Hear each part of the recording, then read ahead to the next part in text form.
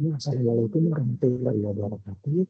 Perkenalkan nama saya Surya Putra dengan NIM 1030063004000 dari kelas S1 IPKJ 23002. Di sini saya akan menjelaskan tugas praktek 1A dan 1B dari mata kuliah komputasi awan dan juga virtualisasi. Itu tidak pakai lama-lama, langsung saja ya tutup tugas terlebih dahulu. Nah, di sini ada tugas besar 1A dengan beberapa syarat, itu mahasiswa diharapkan mampu mempersiapkan langkah-langkah awal dalam menerapkan virtualisasi dalam sistem komputer dengan langkah-langkah dasar mempersiapkan seperti ada 3 syarat ini. Yang pertama itu pilih 2 perangkat, yaitu ada Oracle dan juga VMware. Di sini saya akan menggunakan Oracle VirtualBox. Terus yang kedua itu dengan mengaktifkan virtualisasi atau sistem menggunakan metode BIOS. Terus yang ketiga itu melakukan install perangkat virtualisasi yang telah dipilih pada langkah 1. Ini secara langsung saja sudah saya perlihatkan untuk aktifkan virtualisasi di spesifikasi BIOS sudah aktif atau belum. Seperti yang bisa dilihat, setelah masuk ke task manager, saya masuk ke bagian performance, terus di bagian CPU ini, lihat di bagian virtualisasi ini, ketika sudah ada tulisan enable itu maka sudah aktif. Kalau belum enable itu, sebaliknya kalau belum bisa balik itu maka bisa di-enable dulu untuk mengaktifkan virtualisasinya. Selanjutnya ini melakukan instalasi perangkat lunak pada langkah 1. Anda bisa mengunjungi web ini virtualbox TV/download, lalu ini kebutuhannya masing-masing. Di sini kebetulan saya itu menggunakan Windows, jadi saya cukup klik ini. Kebetulan saya sudah mendownload, jadi saya melihat laporan punya saya saja. Nah, ini adalah laporan tugas besar saya yang 1A dengan persiapan virtualisasinya. Yang pertama dari pemilihan perangkat lunak virtualisasi. Seperti yang saya sudah beritahu di awal, ini saya menggunakan Delta VM VirtualBox versi 7.2.8. Kalimat ini dipilih karena memiliki akar yang ramah pengguna, ringan, dan mendukung berbagai implementasi secara US atau TAML. Terus ini sudah dijelaskan memverifikasi perkulisan teknologi dengan ITB CPU tadi, terus melakukan tahapan instalasi Oracle VM VirtualBox-nya, seperti tadi sudah saya perlihatkan, ini kebutuhan masing-masing, terus ini ketika proses pendownloadannya tidak terlalu lama untuk VirtualBox ini karena cuma 170 MB. Terus menjalankan setup ketika sudah terdownload. Yang pertama-tama itu cukup di next aja, terus akan ada tulisan persetujuan lisensi pengguna, cukup di klik bagian I accept in terms of the license agreement, kali ini next lagi, terus perintahkan kami ke jaringan. Ini ini ada tadi karena yang sudah masuk ke adapter yang akan digunakan dalam mesin virtual terhadap internet lain, internet nantinya. Cukup diklik biasa aja. Nah, untuk hasil akhir atau verifikasi aplikasi dari Microsoft Dropbox ini berhasil dijalankan. Jadi aplikasi ini bisa digunakan untuk membuat, mengkonfigurasi dan menjalankan berbagai desain terakhir melalui mesin virtual. Yang ada di gambar ini, saya sudah memiliki sekitar 6 contoh virtual machine yang sudah saya pasang. Pertama dari bagian Windows, Ubuntu, Kali Linux, dan juga Metasploitable. Tentu saja untuk penjelasan bagian tugas 1B, menurut saya bisa melihat soal dari tugas 1B. Nah, untuk tugas besar 1B ini, mahasiswa diharapkan mampu mengisah dan juga mengatur virtualisasi sistem komputer dengan langkah-langkah yang dapat dilakukan. Ini melalui dari tugas besar 1A, yaitu ketika sudah di dashboard mereka virtualisasi ini, terus mahasiswa dipilih untuk mendownload virtual mesinnya. Itu ada 3. Pertama ada Ubuntu desktop, kedua ada Ubuntu server, yang ketiga itu ada Kali Linux. Ketika sudah download, mahasiswa diharapkan mampu men-setting dan juga melakukan eksploitasi dalam virtual mesin tersebut. Mungkin bisa langsung saja kita ke bagian laporan saya bagian 1B. Nah, pertama-tama itu saya akan menjelaskan bagian Ubuntu Desktop terlebih dahulu. Ketika kamu membuat virtual machine Ubuntu Desktop ini, kamu perlu mendownload virtual machine terlebih dahulu. Sekitar 8 GB untuk mendownload virtual machine tersebut.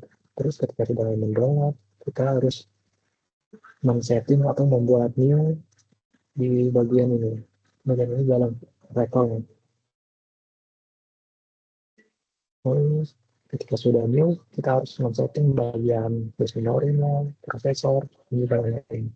Di sini saya menggunakan base memori sekitar 4 GB, terus CPU menggunakan 2 CPU dengan kapasitas 20,6 GB untuk menyimpan sistem dan juga data pengguna yang baik. Terus melakukan konfigurasi atau media penekanan juga tampilannya. Seperti yang saya bilang tadi, ketika memang membuat itu mesin Wigo di desktopnya, Anda perlu mendownload dulu dengan tulisan di belakang file itu bertulisan ISO seperti di Google 4044 desktop IM dengan 4.ISO. Lalu ke bagian storage, terus di bagian controller ini ada di kanan, klik bagian kaset ini, terus ada choose disk file. Saya bisa memasukkan file yang sudah ada download tadi. Terus ketika sudah di download, klik OK saja. Ketika sudah dipasang, nah habis itu tinggal pencet start aja pada bagian Ubuntu ini.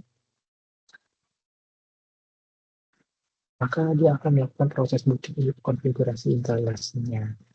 Ini tampilan awal ketika ingin menginstalasi Ubuntu desktopnya. Cukup dibantu ketika enter aja pada bagian try to install itu. Kalau laptop Anda atau perangkat Anda tidak terlalu memungkinkan Ubuntu yang terlalu berat, Anda bisa memilih bagian bawah yaitu Ubuntu Safe Graphics. Selanjutnya ada gambar ini itu untuk melakukan pilihan ada dua, interactive installation dan juga automate installation. Kebetulan di sini saya menggunakan interactive installation karena itu pembuatannya manual, jadi bisa dikonfigurasi gitu. Kalau yang ini bebas sebenarnya. Cuma kalau di checklist dua-duanya itu maka untuk download di akhir itu akan lama karena dia akan mendownload lebih banyak file.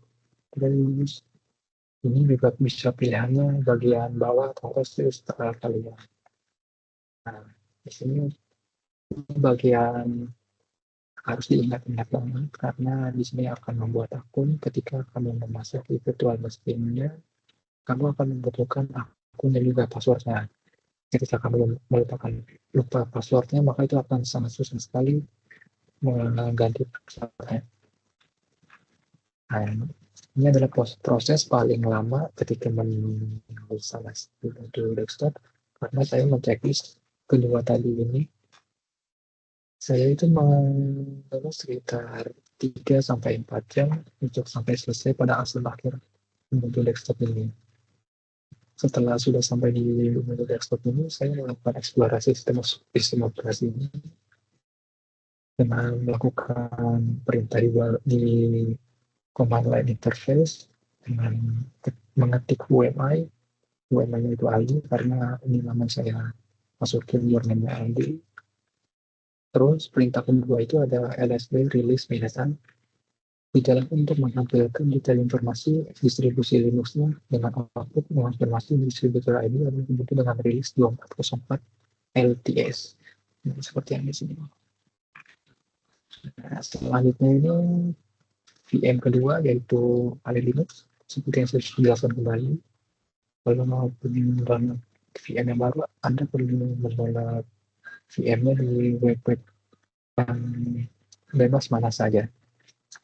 Nah, ini adalah tampilan awal atau tampilan login dari Kali Linux. Sebelumnya, maaf karena saya tidak melakukan konfigurasi atau instalasi, karena di sini saya sudah punya dari lama dari Kali Linux ini. Ketika Anda sudah punya akun, Anda harus menghafal akun kalian karena di sini sangat krusial. Terus ini bagian tampilan desktop Kali Linux. Setelah itu saya melakukan eksplorasi dasar menggunakan terminal seperti Windows Desktop tadi dengan perintah UMI yaitu kali, terus perintah uname-a-a dijalankan untuk menampilkan informasi detail mengenai terminal dan sistem operasi dengan output informasi bahwa OS yang berjalan adalah Linux versi 6.12.38 dengan arsitektur AMD 64. Yang terakhir itu adalah virtual machine Ubuntu server.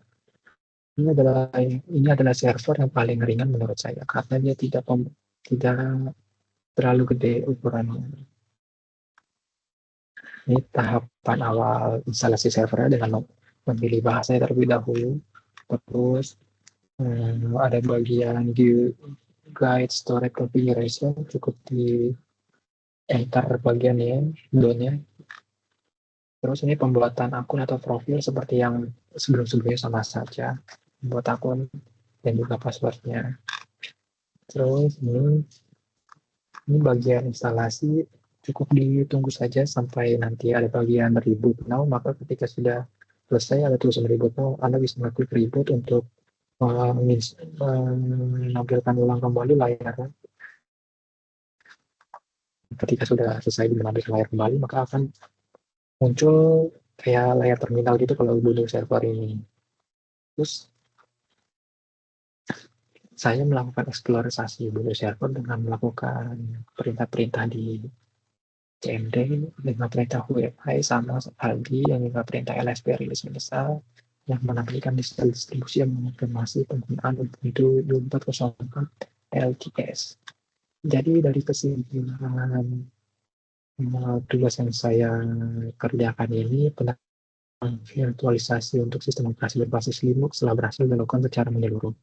Ubuntu Desktop 24.04 berhasil diinstal dari awal dan juga dieksplorasi. Selain itu, pada Linux serta Ubuntu Server juga berhasil dijalankan dan juga dieksplorasi fungsionalitasnya baris perintahnya CL. Ketiga mesin virtual tersebut beroperasi dengan baik dan stabil dalam perangkat lunak Oracle VirtualBox ini. Mungkin itu saja yang bisa saya jelaskan untuk tugas 1A dan 1B yang sudah diperintahkan. Sebelumnya mohon maaf kalau ada salah kata atau kata-kata yang terbata-bata. Assalamualaikum warahmatullahi wabarakatuh.